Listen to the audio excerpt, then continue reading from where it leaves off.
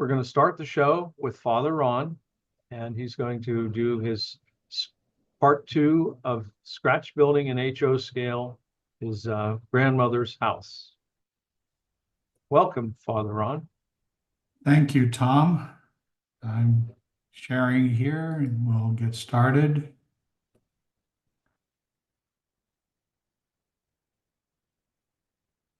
We left off last time with all 10 walls put together and doors and windows and shades in the windows, but there was no roof. So the idea this evening is to continue with how I put kind of a complicated compound roof on the farmhouse. This is what the house looks like today. Many of the trees are gone here in this lawn area, but you can see the roof is kind of compound, and so I didn't exactly model it precisely the way it was, mainly because I can't get up there and take any measurements, and any kind of measurements that you might get off Google Earth might be close, but maybe not exact. Using Google Earth, I kind of drew out the nature of the roof kind of broadly and tried to figure out exactly how many feet each piece had. And what I discovered is that as I went along, I sort of had to work from guesses or approximations, because the information you can get by using the measurement tool is close, but maybe not exact. So I began, first of all, with a piece of plywood, basswood plywood. And what I was trying to do was make sure that it wouldn't warp or change, mainly because the soffit and trim on the roof is delicate, and it's trying to rely upon that alone to stabilize the roof, especially such a complicated roof. At least it was complicated for me. Made it difficult to try to keep it stable. So these are the two pieces of the roof. You're looking at the part that would be hidden. And you can see on the right there, I started out with trying to put a couple of pieces of strip wood on there to make sure that the piece would stay flat. You'll see later on that I removed those two pieces so I could accomplish mounting the roof onto this stable flat. This is another picture of the underside. This is the side that would be the ceiling of the second floor and the ceiling of the add-on.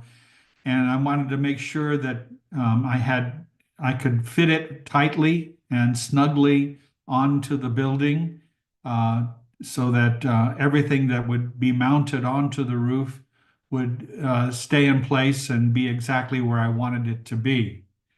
So the little X's are where I had stiffeners or wall bracing on the different walls. This is an example of the soffit and trim. The single piece here in the lower left was just an experimental piece to see what it would look like. That's a 2x12, and actually, no, it's not a 2x12. I'm sorry. I took a piece of basswood strip, rather wide strip, and cut it to the 2-foot length of the soffit that would overhang the side of the wall, that would be underneath the roof on the side of the wall. And the two pieces that make up the trim are a 2x12 and a 4x4. So I wanted to see what it would look like up against the building, and it was part of the decision of why I went with the plywood basswood flat upon which to build the roof. And then you can see the pieces here that went together to make the different parts of the roof. This is not complete. This is in the process. cutting the angles here in the upper left-hand corner, trying to get the 45s in place here, where the inner quarters are for the roof. Some of this changed. I had to break this apart and re-glue it so it was at an exact 90. But this gives you an idea of what the soffit and the trim were before. And obviously this big long piece doesn't have any trim on it yet, nor does this have the trim on it. So it gives you an idea of how I put together the soffit and trim. Of course, all of this, after it finished, I wanted to make sure that it fit snugly onto the roof. And so these two pictures, the part that faces the road here on the left and the part that faces the east or away from the road here on the right, you can see the hole I had cut for the door that I'd forgotten to put in earlier. The porch roof is not on yet, and that'll be later. And you can also see here at the bottom, I have not put the foundation yet around the foundation trim, the original foundation for the building. So it gives you an idea here how tightly the roof fit. This is without paint, so you can see the soffit and trim. To glue that onto the building and then expect the roof to sit on top of the soffit and trim without that plywood, I thought would have been rather flimsy and not hold together well. So I wanted to make sure that plywood base and the soffit and trim basically would not move or would not crack or would not flex. This shows you here in the lower left, I had taken off those two pieces because I needed to put some strip wood here to hold the formers for the roof. The roof is obviously cardboard, and you can see the templates that I began with. These three center pieces span the center of this main part of the roof.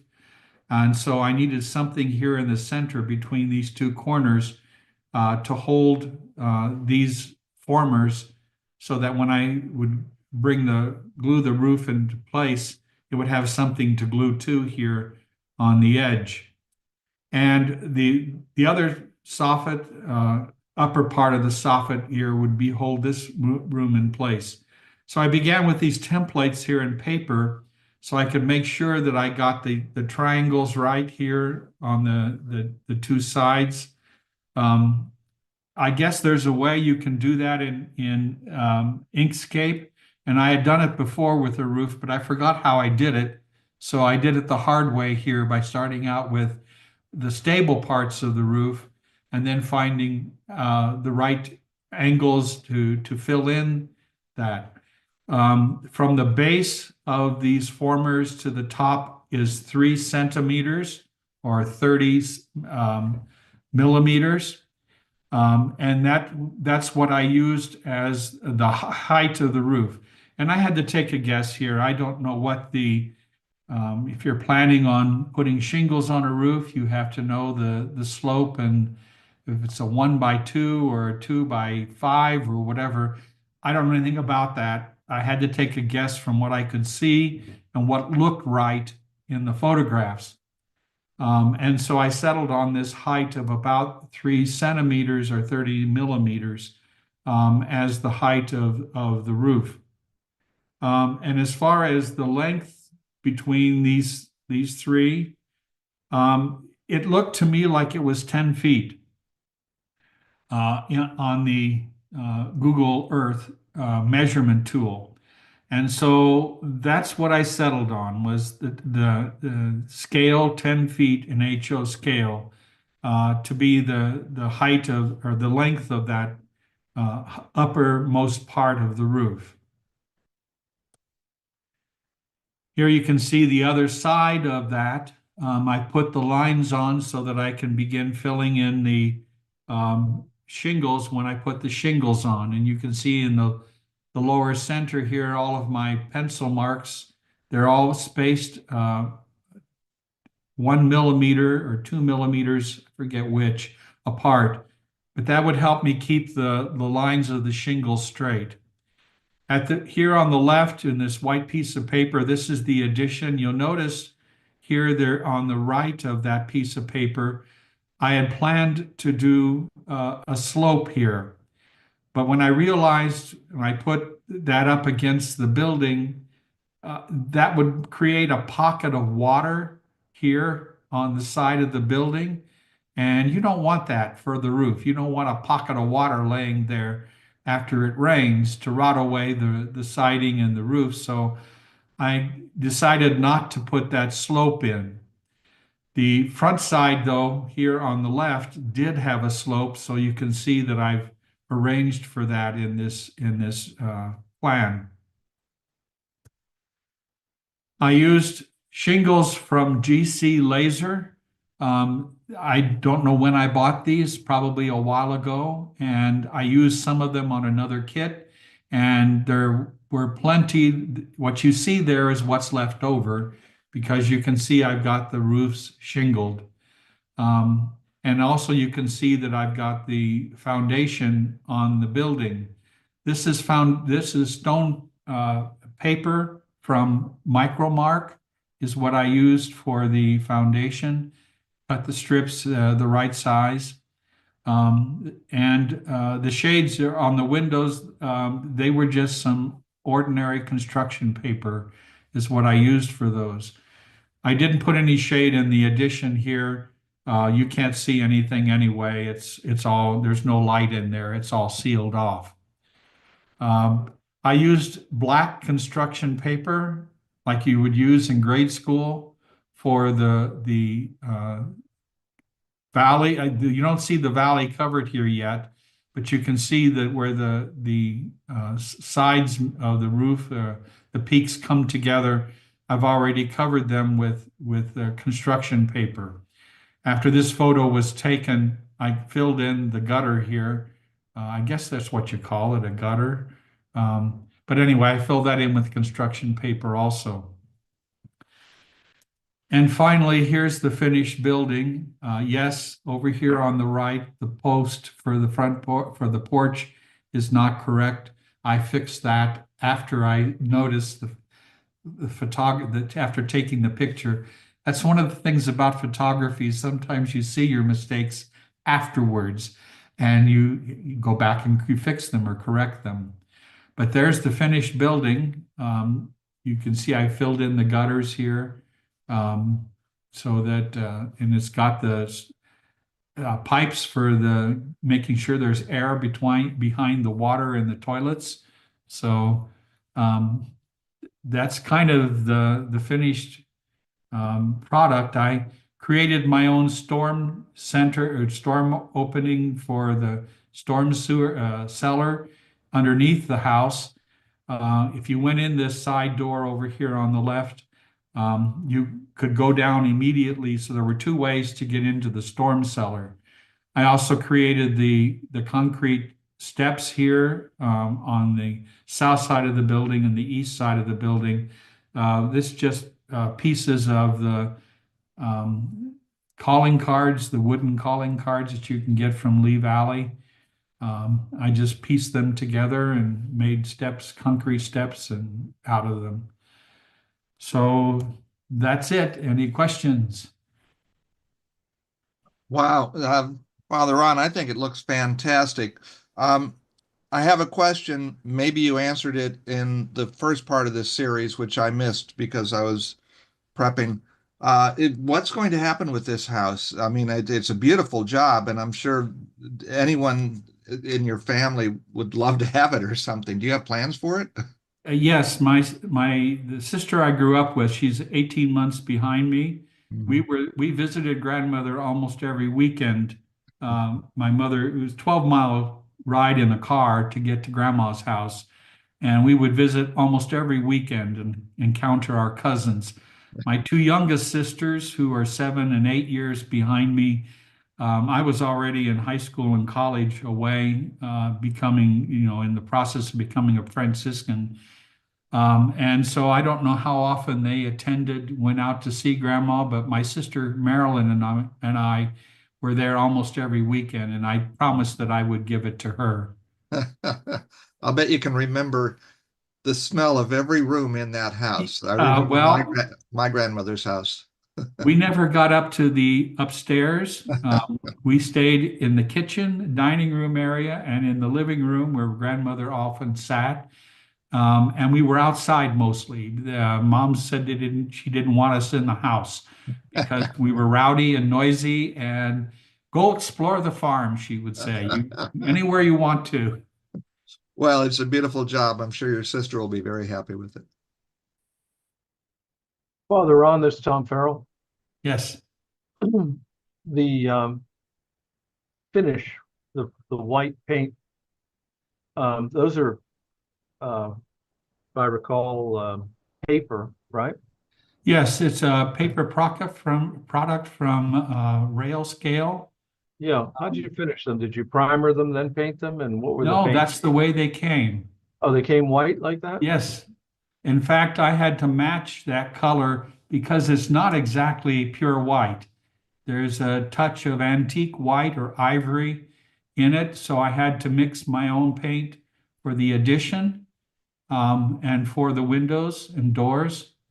So I used pure white acrylic, the cheap acrylic apple, pure white, and Yeah. put a drop or two of ivory, I think was the color that I used, and mixed my own color to make it match. I had to do it several times with several different combinations to get an exact match. And did you weather those shingles, or is that how they are? It's the way the shingles are. I didn't get any weathering done on it yet. Looks good.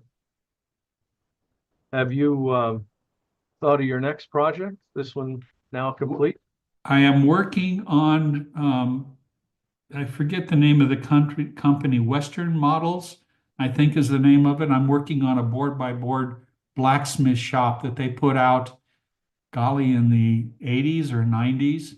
And I purchased it way back then and said, oh, I'm going to get to this one day. Well, I decided to get to it. So I'm working on that right now. Well, let us know when you think it's far along to do a part one. Okay. I was thinking of doing a board by board, like a, what do you call it? Speeder shed, which Yeah. someone could also do. If you use Inkscape to draw your framing for your walls and then put the board by board on the outside.